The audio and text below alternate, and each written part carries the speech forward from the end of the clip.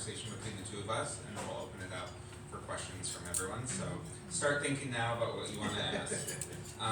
Would you like to get us started with a little piece of this book? Yeah, so for those who have read it, who bought it and read it, thank you. For those who are new to this journey of mine and ours, I should say, thank you for the support. I will say it's been really cool because every stop that I've had has been at an independent bookstore, and so it's been really cool to see like the community rally around me and around this book and what I'm trying to do with my career to celebrate us and those who look and love and live like us. So with that being said, I'm going to read something from chapter 11. I've read it pretty much all of my stops because I think it resonates. Between these nails, child. All right. And so with that being said, I think this part really just sums up why I wrote this book, and ultimately what I've wanted to do ever since I turned on my mic, ever since I started typing on the keyboards. So we'll start here. It says, watching both of these, we'll start there. It's the judgment we face. It's knowing that even in moments where we are not worried about our race, size, or presentation, the world is fixated on it. We are often made to feel uncomfortable about who we are because the world is uncomfortable with who they are.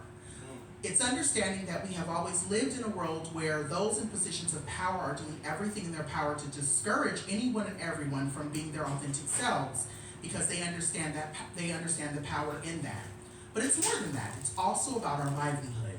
It's the world knowing how much power someone relinquishes when they allow queer people, specifically Black fat femmes, the ability to thrive. Being who you want to be without needing my validation is probably the most powerful thing that anyone could do. So much of authenticity is about audacity. Black fat femmes having the audacity to say that they not only won't be silent about who they are, but that they like who they are. The audacity of embracing one's authentic self as a Black fat femme in a world that often seeks to silence or marginalize such identities is profound. It's about boldly affirming one's worth and beauty in a society that too often measures value based on narrow exclusionary standards. This audacity challenges the status quo and demands recognition of the richness and diversity of human experience. Audacity in self-acceptance is not just a personal triumph. It is a revolutionary act that inspires others to embrace their own truth and challenges oppressive systems. It encourages solidarity and empowerment within marginalized communities, fostering a collective resilience against prejudice and bigotry.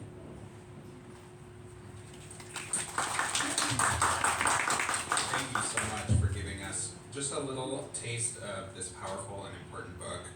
I'm so glad that you chose that selection because I wanted to ask you, I've got stars around it, that's how much I wanted to ask you.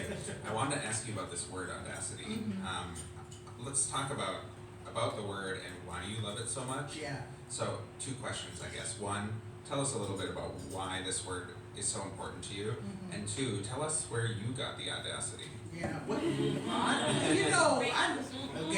you when you're right. No, so I think the word audacity, so I think a lot about my own lived experience, and I think, I talk about this throughout the book, and I also talk about this a lot in my work, so if you listen to my podcast, if you follow me on different things, I was just on Very Delta, and I was talking about the same thing. I talk about this notion of when I was a kid, I always knew I had a spark, and I knew that I could walk into a room and light a room up. And I noticed people very quickly trying to put that spark out, whether it was family, whether it was, coworkers, whatever the case may be. My whole life I've always had people say, you take the air out of the room. And then I just got to a place in my life where when I started to kind of like pull back on that, I was like, excuse my language, these niggas can choke. Like, literally. I'm like, you can choke. Because the reality is, when you start to dim yourself for other people, you're ultimately taking away from your purpose.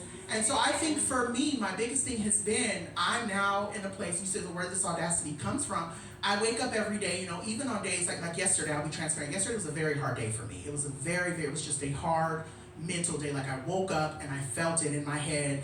And then I went to bed and I said, okay, hopefully tomorrow I'll wake up. And this morning I woke up, I was like, oh, I'm that bitch. Okay, all right, we're back here, And so I think it's this idea of like having to remind yourself that in a world that has constantly tried to put out my light, I'm still shining. And even in this realm of where we're living, right? The fact that, I shared the story, on another podcast I was on, the idea that sometimes you walk into a room and you see everyone stare at you. Folks want to know who you are. They want to know where do you get the okay to be you? And I think that for me is what keeps my audacity, because it's like, I saw a little girl staring at me at the airport yesterday, and I said, hi. And she looked back at me like, oh, they clocked me. I'm like, I clocked you, clocking me, girl. We see each other. And so I think that's the game, right? I have the audacity because my ancestors told me I have it. I think about Marsha. Marsha told me I had it. Bayard Rustin said I had it. James Baldwin said I had it. And so I have it, right? Toni Morrison said I had it. I think about all of the people who came before me that told me, take up the space. And that's exactly what I plan to do. Yeah. So you talked about when you were a kid having that spark. It reminded me of one of my truly favorite moments in the book, which came really early, which is when you are in the car singing Superwoman. Yes. And I wrote down a line because I just loved it so much. You said that you sang every last note like someone ready to go file for divorce.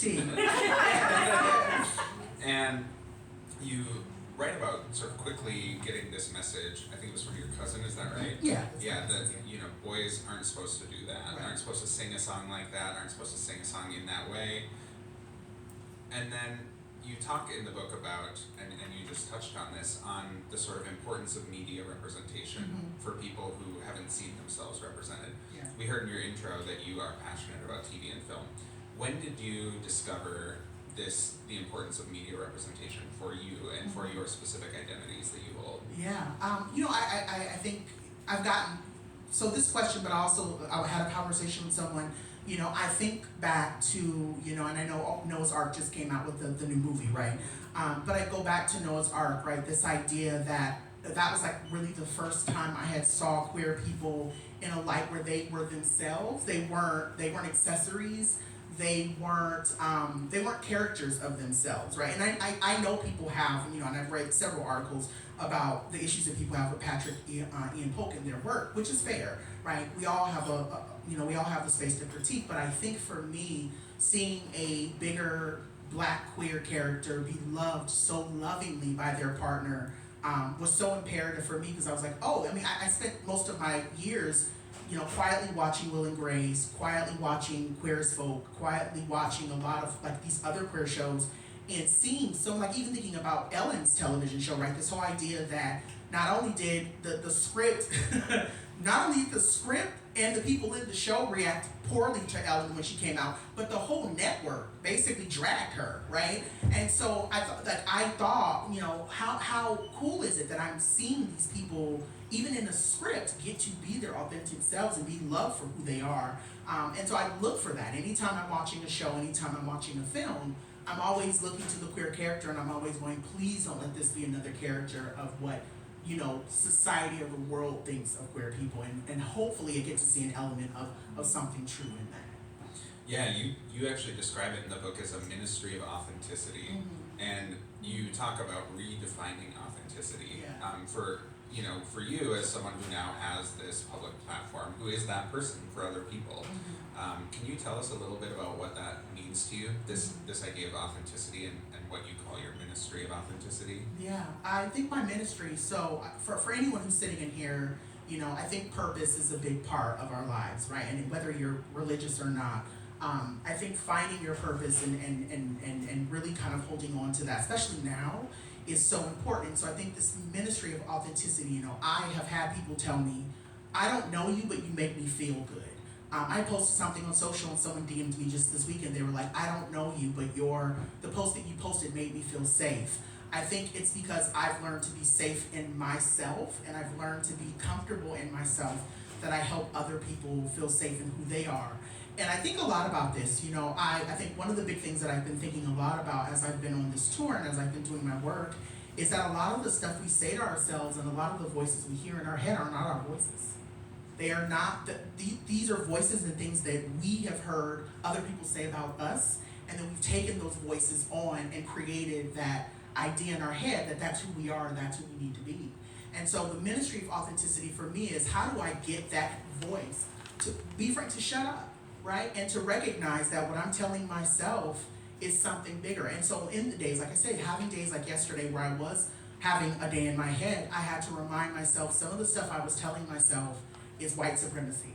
Some of the stuff that I was telling myself is fat phobia. Some of the stuff I'm telling myself is patriarchy and capitalism working, like truly working to try to undo a lot of the good work I've done. And so kind of back to your point, what is that ministry of authenticity? It's this idea of saying, what is the voice I like to hear in my head? How do I feel about myself? How do I see myself?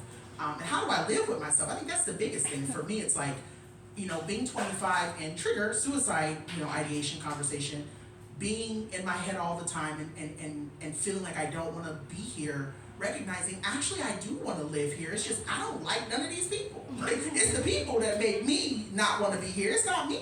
And so I think that's the thing. It's just getting to that voice of like, what are you saying to yourself? Why are you saying that to yourself? And is it valid? Is it fair for you to say that to you? Yeah, and you mentioned this little girl clocking you at the airport. When you are yourself, when you are truly authentic, it disrupts the kind of order, the status quo, and it invites other people to feel that confidence to be able to do it themselves. Yeah. Was that part of your hope with this project, both with this book and with your podcast? My hope, ever since I started, being Dr. John Paul, right, before that brand happened, my biggest thing was, if I can save someone else's life, then that's what I've been called to do. Like, I've done my job. And I think that's been the thing, like, everything I do, it may have my big face on the front of the book, maybe my podcast and maybe all these other things, but the reality is I'm always so grateful when someone says, so I think about this story. I had this story happen to me. Y'all know I'm a storyteller by trade. So I'm always gonna give you a little bit of content before context, or context before content. I was working, when I was in higher ed, I remember someone recently finding me. I was working in higher ed, and this person DMs me on Instagram after everything with Very Delta came out, and they were like, oh my God, that's so cool that you're on it. I never told you, but you were actually one of the people that I met, like you were one of the first people I met when I was at Cal State, and I was suicidal the day that I went, and you being there helped me stay here. So I just want to say thank you. And so ever since that moment, ever since I got that message, it reminded me, me, being enlightened and showing up as myself is inspiring other people to like who they are. And okay, I know what I'm supposed to do up there, Sky Daddy, right? Like, I know what I've been called to do. And so that's what I genuinely hope and believe that my work is doing, is reminding people that they have a voice, that they have something to say, even when other people don't want to hear it. So you talk in the book about how we can undo racism, fatphobia, femmephobia. Can you talk, for people who are maybe newer to some of these conversations, can you invite us into what we can do in our everyday lives to push back on those powerful forces? Yeah. I tell people, mess up and speak up. I think that's been the biggest thing. I have been in rooms with some very powerful people. I'm in rooms with very powerful people now. And they will say something or they'll do something, and I'll see everybody in the room kind of look at each other like, ooh, this is terrible. And wait for me or wait for another black or brown or queer or trans person to say something.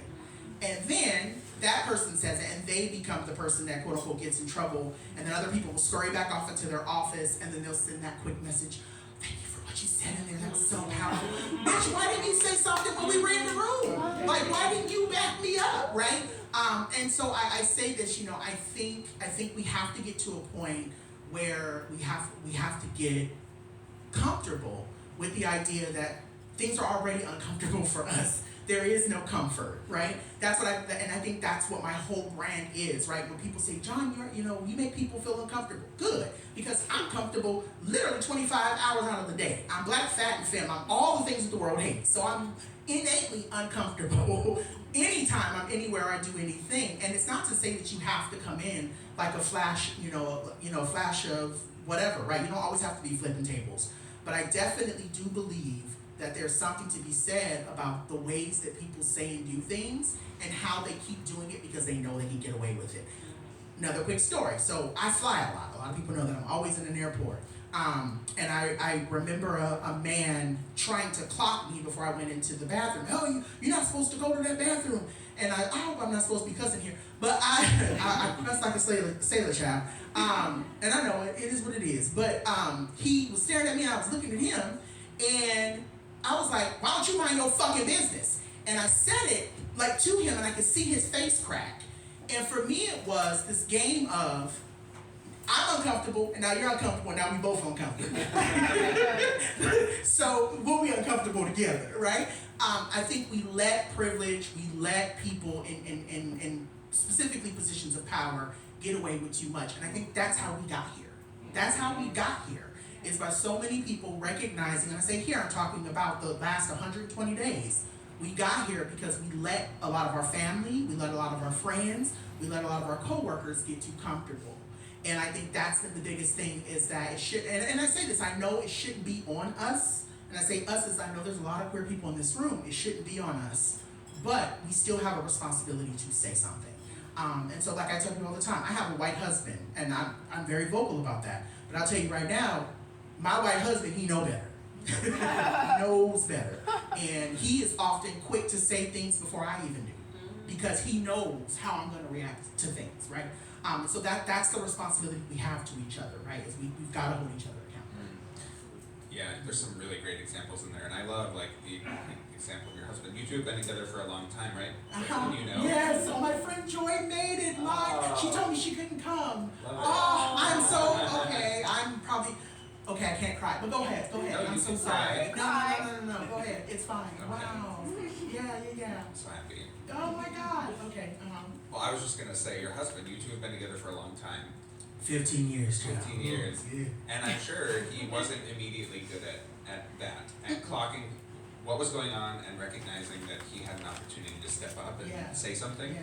I assume he learned that over time. Yes. Yeah. Over time. Yeah. 15 years. Yeah. And that learning, in my experience, often happens sort of best in the context of relationships. Mm-hmm. It doesn't have to be a marriage, Yeah. but being friends with people who you learn from them how to better be a friend to them. Yeah. And I think, media representation, that's a big part of your story, but so are relationships. Obviously, your relationships are very important to you. Yes, the people I love. Yeah, can you say a little bit about that? Yeah, shit. Why did you do this? I'm so mad at you. No, I think relationships are important. I tell people, especially now in this world we're living in, I think the fact that we have on the same colors too, I'm so mad at you, Joy. So mad. Wow, I think I've been saying, and I will continue to keep saying, community is going to be the only thing that saves us. And I think we think money will, we think jobs will, we think titles will, and I've had all three of those things. And I've been very, I wouldn't even say lonely, but I've been very disillusioned by those things, right? To think that something is going to save me, and it's been people who have saved me. Case in point, Joy, I hate to put you on the spot, but when I got very publicly fired, right? It was community who came to my rescue to make sure that I had money and that I had the things that I needed, that I had the resources I needed to keep going. When I've had people come after me on social media, it has been, friends who have reached out and said, I'm a lawyer, I can help you with this thing, because I see it happening, right? So I think that's been the biggest thing. I think relationships are really, truly important, especially for Black fat femmes, because we all we got. And I think that's really what it comes down to, is that, when situations get, when the tough gets going, you'll see who really got you. You'll really see who will pick up the phone and send you a couple dollars on the Cash App or the Venmo, right? And my community, my people have done that for me. And also, I'll say this too, I think that's what's making me emotional in this moment. I've had a lot of people walk away from me because of my success, meaning that they stopped talking to me or that they stopped coming around. And there are people in this room who haven't. There are people in this room who have celebrated me in every single win that I've had. And so that's just what makes relationships very special. Yeah, absolutely. And I think, as you say, it this is true in so many pieces of our lives. I mean, it's true in terms of whatever the political reality is. You know, our friends, our neighbors, those are the people who are going to save us, who are going to have our back. I was just reading something the other day about climate change. This climate expert who was basically saying, you know, not that it's too late, but that we've crossed a lot of really major thresholds. And he said, you know, for him, he's wanting to focus, not, again, we still need to keep fighting the climate fight, he said, but we need to focus as much, if not more, in investing in our communities, because there are going to be challenges related to climate change that we're going to need our neighbors to be there for us. You know, we have to cultivate resilience in our communities, we have to find ways to show up for each other and build those networks so that when things do go wrong, you know, we have each other. How have you done that in your own life? Because you wear a bunch of different hats. You're a writer, you're a podcaster, Fashionista. Yes. you work in community work. Yeah. So how have you done this in all these different sort of parts of your life, cultivating resilience, relationships, community, so that when you need people, they show up for you and vice versa? I think showing up with no intentions, right? I think, again, especially knowing I worked so closely to Hollywood, I've learned very quickly that a lot of the stuff that I do in Hollywood is transactional, right? It's very much, you know, you scratch my back, I'll scratch yours, and sometimes it's just scratch my back. It's not even, I don't care about you. I just want to make sure that I can get my stuff done. But I think showing up to the work with this notion or this mindset that I want people, like I said, my biggest thing, even when I worked in student affairs, my student affairs model was I want people to leave me better than when they, you know, I want people to be better than where I found them. And I think that about everything that I do, right? Whether it be me working to make sure that a queer kid has housing, or food, or is safe, right? I've had situations where queer kids have come to me in my day-to-day and said, hey, I'm not safe where I am, and I've had to help them find somewhere to be safe. Or it's being, you know, in queer community with other creators and people, right? I'll say this, and I think this is the best way I can say it. I'm not fake. I don't think I'll ever be fake. I don't think I'll ever be that girl that can quote unquote play the game. That's not me, and it'll never be me. And I think having friends and having people around me who keep me leveled is really what helps. You know, having a husband who can check me, having friends who can check me, having followers. I've had people reach out to me and be like, girl, you said something on pod, a little problematic, you may want to check that. I appreciate that because it keeps me down to earth. But I think what this whole book is, right, is having authentic conversations with ourselves about the personas we put on and recognizing that, again, a lot of those personas are for safety, right? We put these on so we can make it in this world. And I'm very much in this wave now where I'm like, if you don't like this person that I've worked to become, then we're not supposed to be in the same room together. You know, we're not.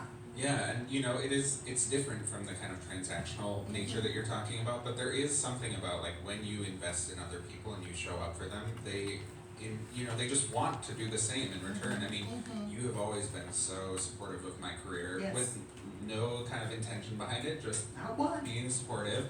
And likewise, like when your book came out, I was like, we need to put together a Minneapolis event, because you just create that good feeling in people that they want to, you know, show up for you too.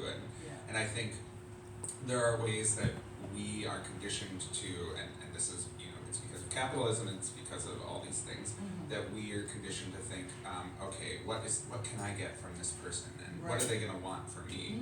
But you're challenging and inviting us, both in your writing and your work, and also just in who you are and how you show up in a space, to reimagine what it could look like to just show up kind of generatively and, you know, with passion and excitement for other people. Yes, and I'm also gonna say this too. We really need to be showing up for each other because these ICE people are taking away all these people. I don't farm. I don't know how to farm. I can't plant no seeds. I don't know how to do any of that. We gonna need each other in a couple of months, a couple of years. We all gonna be need. Can you sew? Can you farm? Because the thing, like I said, a lot of our luxuries are going away, and we may not see it and feel it right now, but it's coming. And I think that's been the biggest thing. You know, I was saying to someone earlier today, like, I don't know my neighbors, but I've been intentional more these last couple of weeks of saying hello to them and trying to get to know them, because I recognize that if ICE comes into my community or if ICE is around us, I know I'm gonna need them to be looking out for me as much as I want to look out for them, right? And so I'm thinking about it, like we live very insular lives as Americans, but I think right now this is if you're really truly about, collective healing and restorative justice and all of those things, we have to actively be doing the work to get to know each other and to love on each other, even with all the flaws that we bring to it. It's, I think, one of the most important messages that we can talk about right now. I mean, so much of American society just pushes us to be really siloed and very individualistic. And a lot of people I've talked to, they didn't know their neighbors very well here in Minneapolis until the uprising in 2020. And then they started to get to know their neighbors better, and they knew they needed to show up for one another. And out of something so horrible came these grassroots networks. And likewise, we're seeing now with the attacks, especially on trans folks in our neighboring states here in the upper Midwest, we're seeing networks develop to help folks in surrounding states outside of Minnesota get here because we're a sanctuary state, access healthcare, access safety here. And that is one sort of beautiful thing that can come out of some of these horrible things is if we take the opportunity to invest in our communities and get to know our neighbors and build those relationships. So I think your book is a great model of that. I have so many questions, but I also know we don't have that much time left because I want to leave time for your audience questions. So just a couple things really quickly. In the book you talk about, again, the sort of importance of representation in media, and you talk about, how you found self-love through media in spite of the fact that there was so little representation for you, especially things that show, Black femme individuals as more than just their struggle. Right. So can you talk a little bit about how you did that when there was so little for you to kind of draw on? How, I think, when you get, I'll just say this, but when you get desperate, right? When you start to recognize that, your life is truly on the line, you're like, I need something that's going to keep me here. And so I think, trying to figure out how to understand myself through different images that I was getting of myself, like I said, through Luther, through Andre Leon Talley, through, a lot of the other characters and folks that I've mentioned in my book. Dexter Mayfield is a really good friend of mine now, and so was, so I've been talking to Miss J about things, like these people recognizing that there's something in them that has kept them here, so what can I learn from them to do the same? And I think that's been the biggest thing that I've learned on this journey is, it's not necessarily saying I want to be like this person, but for me, it's like I want to have the strength that this person has. And I know Miss J. I don't know if any of you know who Miss J is or if you're familiar with Miss J, but I'm sure she has seen stuff in the industry, right? And so I keep telling myself, she's had to go through things. I have to learn from her. I have to study her. And I think that's been the biggest thing of my career is looking at these folks that have encouraged me to stay alive, studying them and understanding what they've been up against in order for me to be up against what I want to be up against too. I think the other thing too that I do want to say, and again I mentioned this with the whole chapter around Luther, I think it is imperative to recognize how important it is to talk to people instead of around people. And I think that was one of the things that I really wanted to do with this book was even though I'm talking about people, I did reach out to them and I did talk to them and I did have conversations with them before I went into the chapter. And so I think that also inspired me to feel better about myself and my own journey.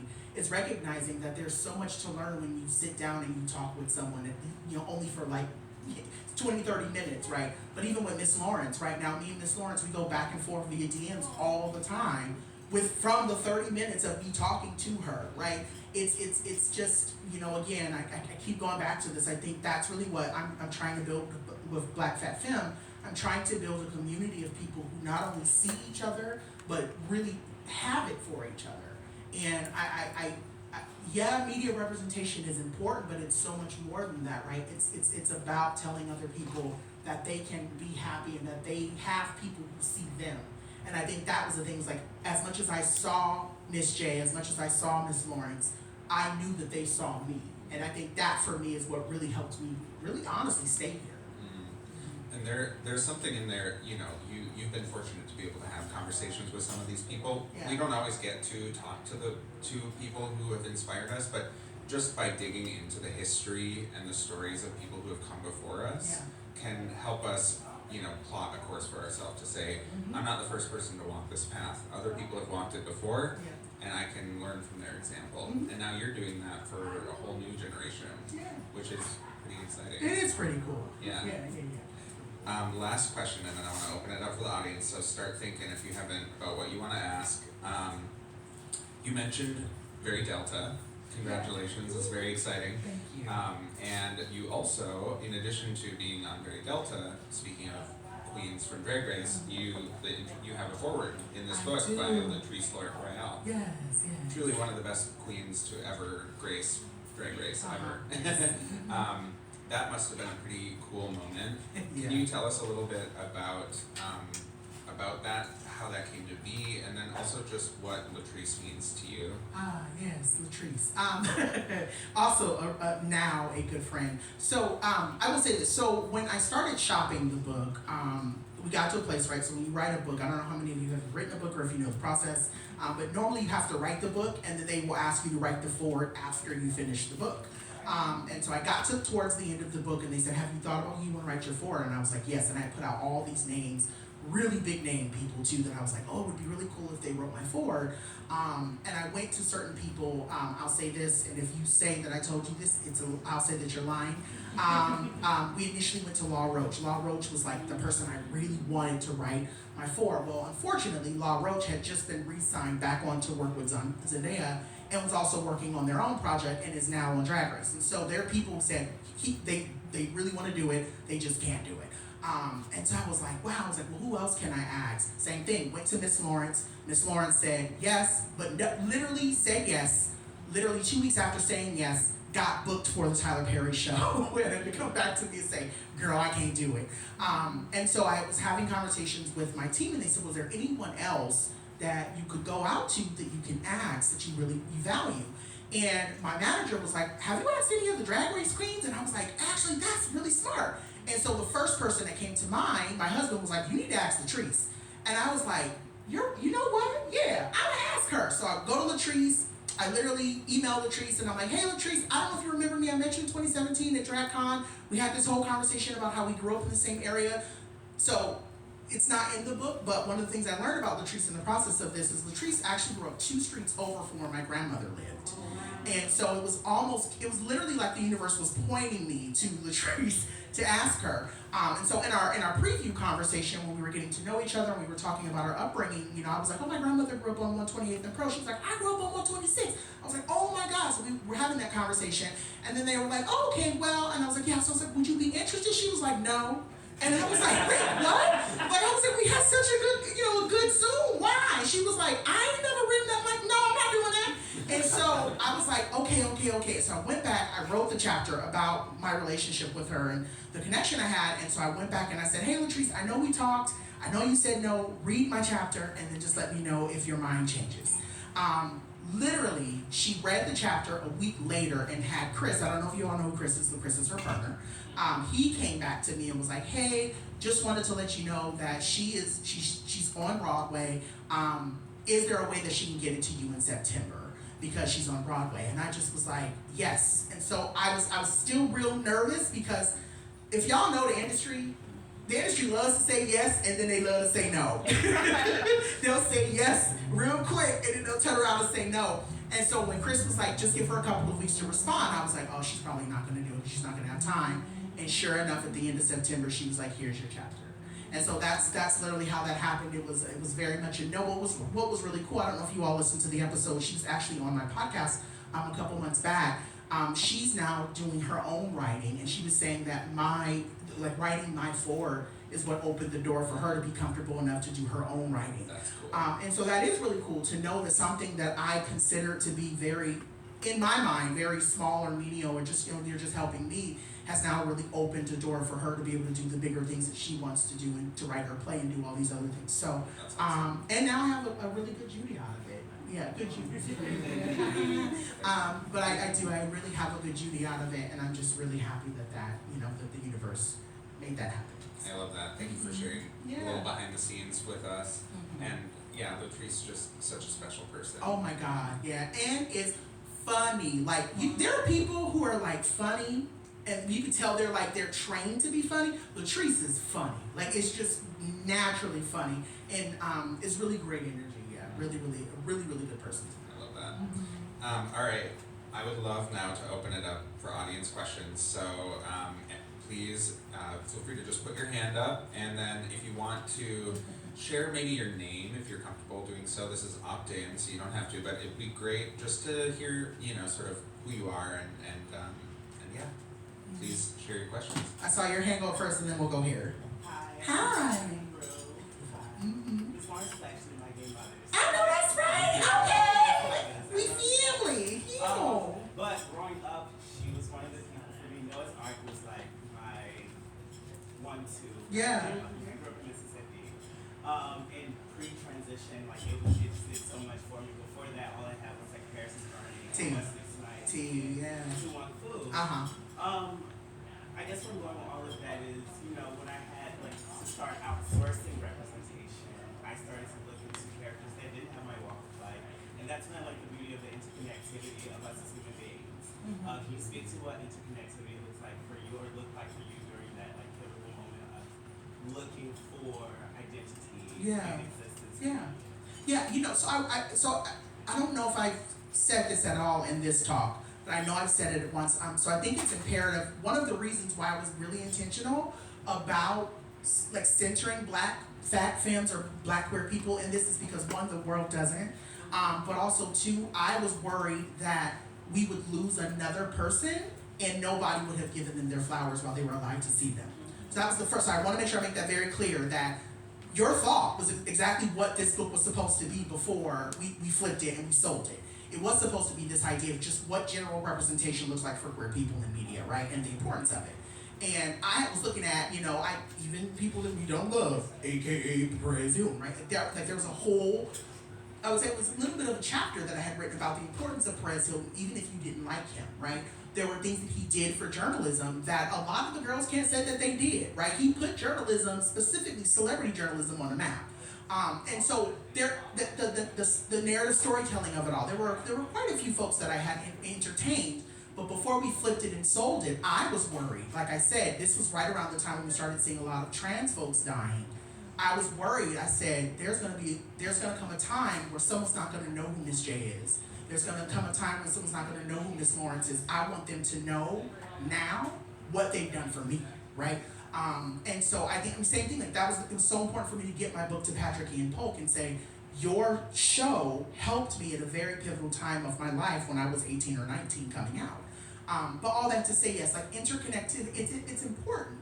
But I think that there's still something to be said about the need to celebrate us and the need to celebrate our struggles and the things that we've been through. And I don't think it's selfish. I mean, I see a lot of white people looking at me, so I'm trying to be cautious with what I say. I love y'all, but I'm also, Chris, I see your eyes, girl. I think that there's something to be said about us needing something for us, the FUBU of it all, right? And how you do it? And I think that for me is what Black Fat Femme is. It's the FUBU, if that makes sense. Did I answer your question? Kind of. Okay. That's a degree. That's a common degree. I saw your question. You had your hand up here. My name's Kamaria. I just moved down here. Hi, welcome. In a lot of your words, I see Amen. And so with this network that you're building, these interconnected, I am a person myself who lives in building, and I understand how taxing that can be. Very rewarding and very taxing at the same time.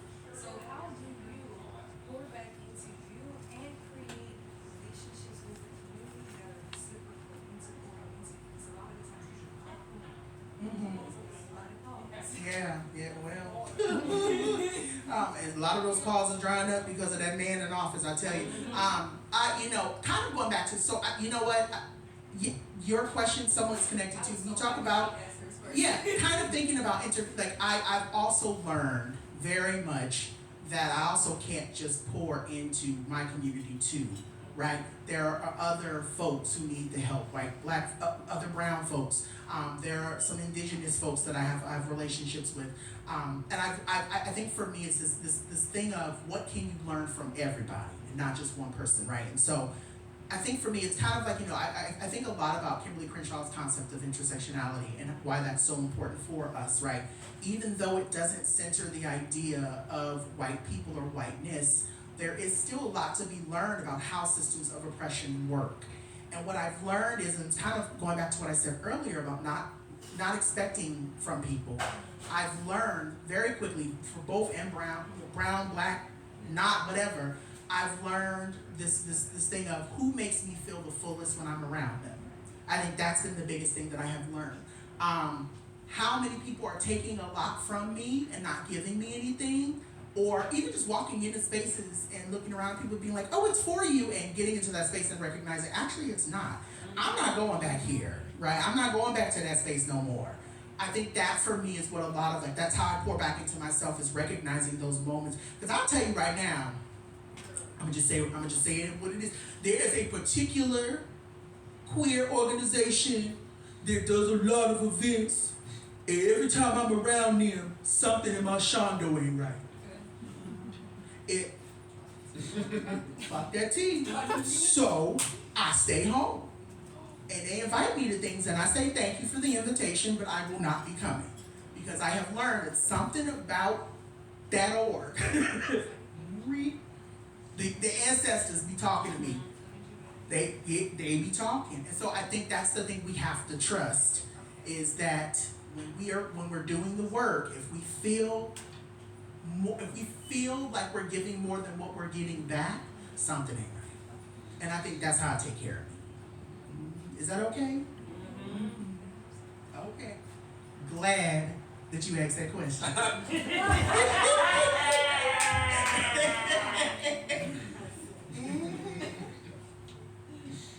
Any other questions? Back there. How did you cultivate discernment to know something like that? Like, that's not for me, because I'm still struggling with that. Like, I'll go repeatedly do the same thing over and over, and I'll just be like, wait, that felt bad again. And then I do it again. So I would love to know how to be more discerning, I guess. Okay, so we're the anyana of it all, right? Let's go ahead and have a little anyana moment. No, real talk. Chapter 7 of my book is the relationship I had with my therapist. I talk very openly about what me and Lindsay talked about and how I got to this place because of Lindsay. And one of the things that I learned was that I'm a people pleaser, not only just because of who I am, right?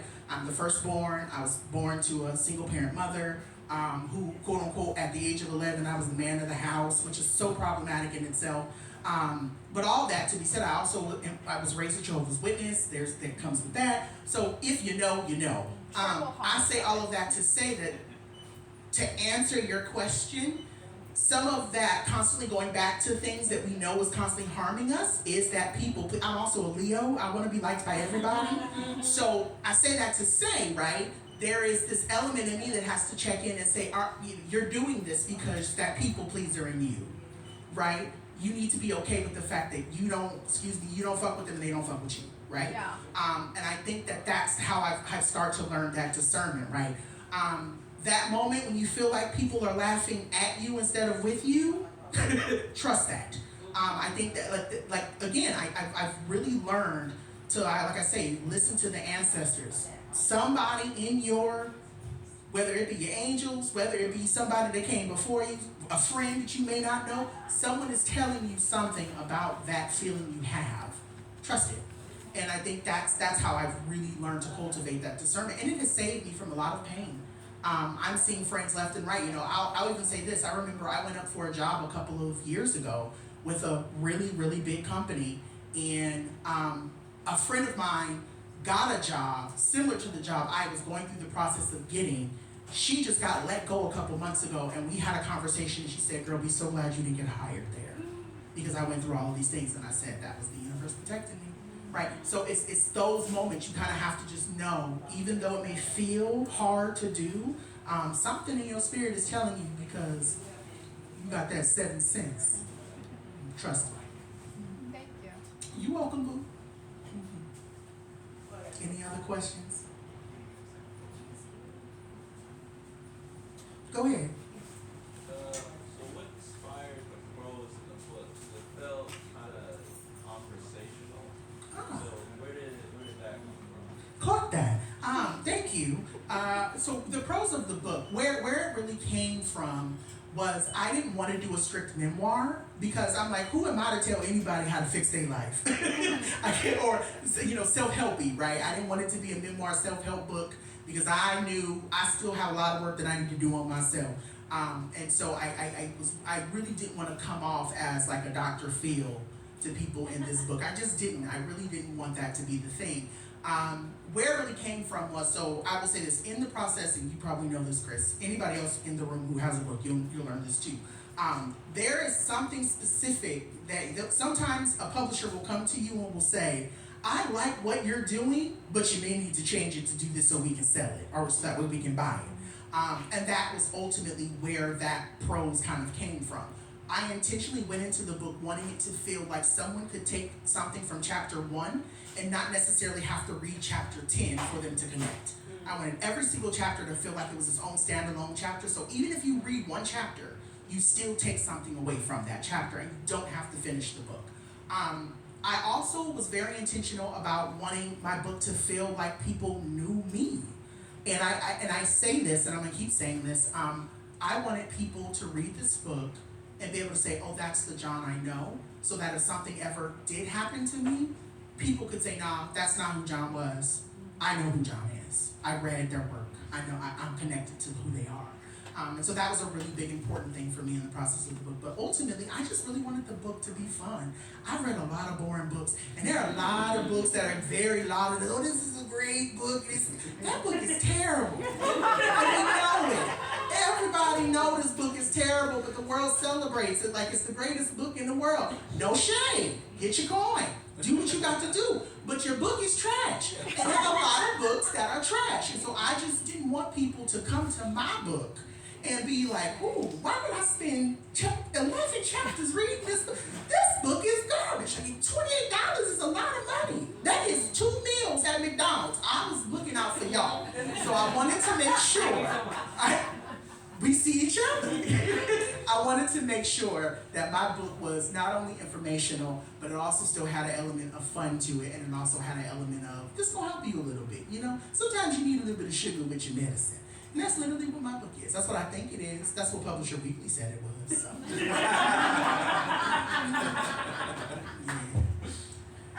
All right, any other questions? Now this is free. Y'all better use it. Go ahead. I was wondering, kind of relating back to your points about having the audacity and being authentic. And from my perspective, coming from dismantling a lot of systems of oppression within myself, how to deal with feeling like you're the only one saying something and everyone else is, you know, like that feeling of, even though you feel like you're right, you feel that part, but just kind of the disappointment or even the weight of the world not disagreeing or agreeing with you. Yeah. That's a really good question, and I'm going to be honest. You know, I'm not going to purport to act like I have the answer to that. I'm currently in that feeling. I'll say this: there are several pockets of my life where I still feel that. Right? I know what I'm saying is right, but I don't have the followers. I don't have the likes. I don't have the brand deals. I don't have the job. I don't have, you know, I'm not. Again, no shade, love her to death. I'm not T.S. Madison, right? So when I say something, people think it's just John, you know, the 19 likes on Threads. Whereas if T.S. Madison says it, millions of people like it and think of it as their. Again, that's kind of how the game is. The game is played. I think it is imperative to know, though, like I said, kind of going back to that story that I shared earlier about the young woman coming to me and saying, you helped me, you saved my life. That even if you just have one person come back to you and say, that thing you said saved me or helped me get out of a bad situation or helped me stay here, you did what you were supposed to do, right? I'll be very transparent. I look at the numbers on my podcast. My podcast numbers are nowhere near some of the other shows on my you know, on the list. COVID brain, I had COVID a couple weeks ago, so I'm still processing like an old Dell computer. But on my slate, right, there are other, I know that there are other people who are doing way better than me in terms of podcasting. But again, those people who listen to my podcast, they reach out to me, they tell me they get something from it. I go to bed every night so thankful for that. So I think it's really got to become about this notion of why are you saying it? Are you saying it because you want to say it and get the notoriety, or are you saying it because it needs to be said? And I think that's how I feel okay about everything. I'm saying it because I know that I got people that I'm trying to keep here, that I'm trying to keep alive. And if only 7 people hear that message and it resonates with those 7 people, hey, it'll just be me and them 7 people marching, because that's really what it comes down to. And I don't want to discount it. It sucks to feel like you're on a soapbox. I've been screaming for years. Entertainment is racist. Entertainment is transphobic. Entertainment is, xenophobic. I've been screaming that for years, and I still have people being like, "Who is this big person on the box screaming?" Right? But the reality is, when a producer comes to me, I'm not going to say what show it is. I just had Netflix come to me a couple of weeks ago and say, "Hey, we want you to help on this project." Obviously, the right people have heard me, right? Enough to know that what I'm doing is going to help them do something they're doing. So I'm just saying, keep saying it, because ultimately that is what resistance is. You keep saying it until the right people hears it and something changes. Yeah. Okay. Here and then here. Hi, I'm Tristan. Hi, Tristan. It's great to meet you. Even though I've known you for years. I know, Right? so good to meet you. Something that I am trying to unlearn and relearn right now is how important black, fat, queer joy actually is. Mm-hmm. And so my question for you is what are joyful things that you have done recently to continue to fill your cup and continue to have that lightness, that laughter, and that joy in your life? Yeah. So I have maybe 2 or 3 that just quickly come to mind. I have a saying, and if you listen to the show, you know I've said this on the show: cuss them out today so you can sleep better tonight. I am real good about letting people have it when they need to have it. And I think that has been how I've protected my joy a lot, is not letting stuff fester for too long and saying what needs to be said, especially if somebody's going to make me feel uncomfortable. Like I said earlier, we're going to be uncomfortable together. I think that's imperative, because a lot of us, again, the people pleaser of us all, we tend to kind of let stuff slide, and I don't think this is the time we need to be letting nothing slide. Okay, I'm not telling you to get yourself shot or hurt. Pick your battles. But what I'm definitely saying is, if somebody says something out of pocket to you, check them. The other queer joy for me is, I love I'm not supposed to, but I still eat my snacks. I just had a scone that was real good from upstairs. Whoever cooked that scone, they knew what they was doing. I love a good donut. I love a good show. Today, I laid in my hotel room. I was supposed to go do a whole bunch of stuff, and I said, I'm not doing that. I'm going to go ahead and stay in my hotel room, and I'm just going to rest. And that's exactly what I did. You were like, Paisley Park could wait. Could have went and saw it, and then just something said, "Girl, pull the cover back up." And that's exactly what I did. I think the other thing too is being intentional about being with people that I love. I have made I have friends that I message and I'm like, "Hey, what are you doing?" Like another friend of mine, we're going to get our nails done next Saturday together. That's queer joy for me, is being in community with people I love. But yeah, just being intentional about my time. Watching my trash TV. I'm not a Love Island girl, can't get into it, but Big Brother comes back tomorrow and I am so ready. I'm so ready. Let's go. Yeah. I do have to say, this is my first season of Love Island. I can't do I it. finally, Can't do I it. gave in. I just saw everyone was talking about it, and I don't know where if there are other Love Island viewers here, but I'm very much Team Alandria. You will never be my journey. But Love is Blind. I'm waiting for her to come back. Team Shelly? Okay. I'm waiting for her to come back. Yeah, Squid Games, I just finished that. That was good. Any Queer Ultimatum? Absolutely not. Nah, girl, it's not. But I'm It's not for me. aware No, it ain't for me. Yeah, so. But yeah, that's it. Just living life. Being black.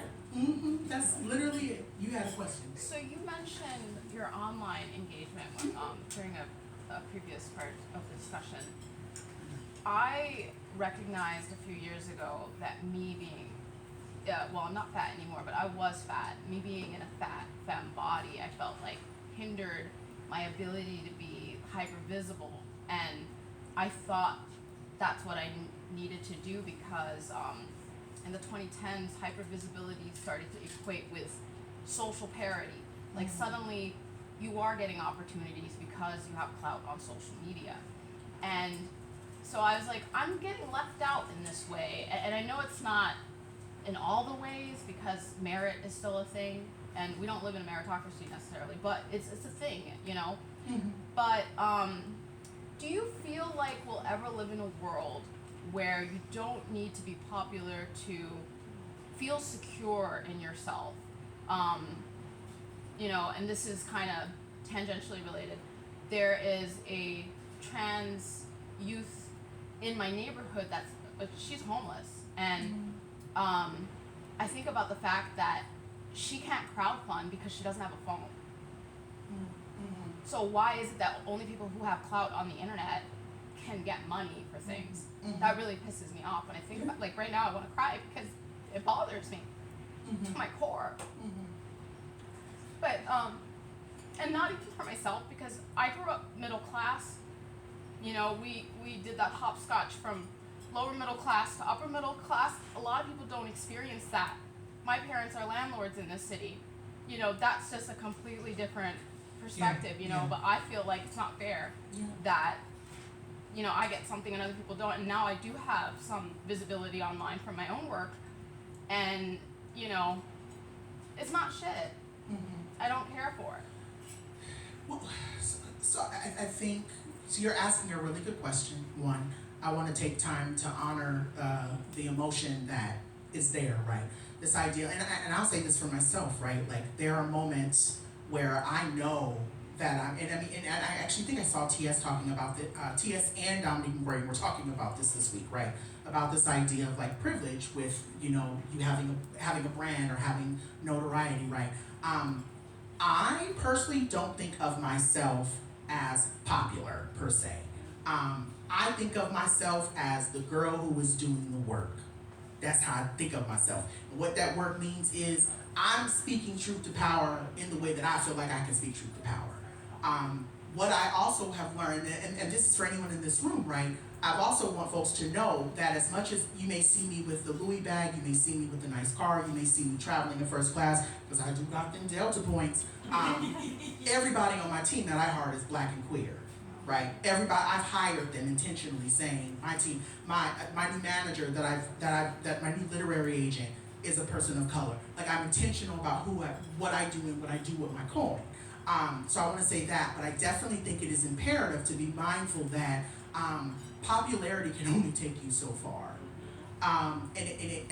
That's the reason why when I sometimes again I'll check in with myself. Like I have been at like 8,000 followers on Instagram forever, and there are moments where I'm like, why don't I have more of a following on Instagram? And then I sit with this idea and I go, baby, that's just a number. You got a book out. You're a whole educator. You have a whole ABC special that people can go watch. That's enough, right? So I think so glad to see you today, baby.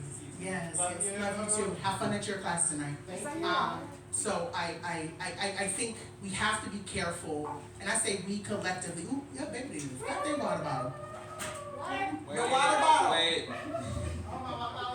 You're welcome. They work upstairs. They probably got it anyway. But I think we have to be careful of falling. It's a trap. It really is a trap. Social media and this culture, that's the reason why I always say, like, what else? Like, you can be an influencer, you can be a creator, but girl, what else? What else are you doing to help people? Yes, my whole last episode is, girl, what else? Right? And so I say this in the room, right? I know I sit in a place of privilege. Yes, I have an iHeart show that pays a pretty decent coin, and I know I have a book, and I have all of these things, but I do this because I want other people to be able to look at me and say, well, John is not just a face. John is not just the person who talks behind the mic. I've done the work to let people know that I'm out here to educate people too, right? About their own stories and about the stories that they hold. But yeah, don't let the social media game fool you. It is. And we've seen, I mean, everything on social media is so sort of ephemeral. I mean, my biggest following for many years was on Twitter. Same. I don't use that platform anymore. I had to delete mine. I was getting attacked, so. Yeah, and you know, I worked for many years to build a large Same. following there, Same. and overnight, It was basically, gone. it was gone. Uh-huh. And so you have to invest in other places Mm-hmm. because even though social media can be very helpful for a career, it also is kind of shifting sand. And I will also say this before we go to you, and then I know we'll have to wrap. It's also not what it's cracked up to be. Because people want that popularity. I had a man run up to me a couple weeks ago. I was going to get something to eat, and this man ran up to me, and I didn't know if it was a good situation or not. It was scary. I honestly will say that. He ran up to me and he said, "Oh, I saw you on the news." He was like, and it was a really, but the energy he came with was like, "Whoa, girl, you're running up on me. I'm black. I'm from the hood. You don't run up on black people. You just don't." And so I'm just saying, like, yes, it may feel fun and it may feel like I want the visibility, but Francesca Ramsey, another friend of mine, I talk to Francesca almost weekly to check in on her. She will tell you how ugly it can be to be known on social media. I'm sure Chris has had to deal with it too. Yeah. So it's not like I said, it's not what it's cracked up to be. So again, don't let social media be the thing that validates you. Like, do the work. The people will come, the money will come, even if it's a couple pennies, honey. At least it'll pay a bill. You'll be my last question, and then we can wrap. Besides the books, how you doing? So, this whole time you have been describing basically listening to your body, Yes. listening to your signal, Mm-hmm. and your heart when it comes to navigating relationships and pouring back into yourself. Mm-hmm. How about when it comes to writing? Okay, I'm right on with it. Yeah. And I'm a wordsy person. I'm not a Leo, so I Okay. we here. So how do you know when it's enough? Because I tend to over-explain things sometimes. Same. Sometimes I'll beat the dead horse and I love words. Mhm. I'll talk. Mm-hmm. How do we know when it's? Because I have a 500-page book right now, and I don't know. It's a self-help journal. I don't even know if people will read 500 pages to help themselves, but I hope they will. Well, if you go the traditional route of publishing a book, your editor will tell you when it's enough. Because there's a word limit that you gotta hit, and that's literally it. When they told me it's 65,000 words, knock it off. And so that's what I had to do. I had to listen to the wily editor. But I will also say this too. You know, I think sometimes even being a person like myself who over-explains, is recognizing that sometimes there's so much power in being able to kind of pack something into a very short sentence. And I think as a writer, I think oftentimes too, like, and I'm gonna go here, I think the over-explaininess that we have, it may be because you're a cis woman. A lot of cis women have to over-explain themselves, but also because you're a person of color, right? You're a person of color too, and I deal with that too, right? The feeling to need to explain myself every time I'm in a space. No, I said what I said, and that was enough, right? So I think getting to a place where you can say what you need to say and feel like what you said is enough is going to be what helps you on your writing journey. I also say this too, have people read your stuff, have friends read your stuff. Again, Francesca read my book. I was able to send it to Gabrielle Union's people. Like, there are a lot, like flex. And so, like, having some of these people read your stuff and say, girl, it's good. Girl, you need to cut back, or girl, you need to add a little bit more seasoning. That's going to be the thing that helps you in your process. Mm-hmm. No, it is a complete sentence. It very much is. I don't know who brought them donuts in here, but I'm mad about it. I can't, but I'm mad about it. So I'll let you know, as soon as I saw them, I said, oh. Because if you know me, you know donuts is my thing. So I also have felt like they're just sitting there. I literally just clocked them now. Yeah. All three of them sitting there like, hey girl, what that Ozempic do? I'm like, girl, I can't meet with you. We can't meet like this. This is out of pocket. But this was fun. Thank you everybody for coming. Thank you so much for coming. Thanks for having us. Thank you for joining us in this space. Thank you to everyone who came. Thanks to our hosts at Magers and Quinn. Definitely, if you haven't already gotten Black Fat Femme, please do. If you already have gotten it, get another book. Support your Give it to a local friend. independent bookstore. As we heard in the introduction, buying this book doesn't just help the author; it also helps this bookstore, this community, which allows us to have events and conversations like this. So, and it also helps keep Black authors like myself writing. So that's the other thing I want to throw. Yeah. So again, let's give it up. Yay! Thank you so much for coming. It's so glad that we could have you here. Thank you. Yeah. Friends who lie that they can't come. Thank you for being here. I'm so happy.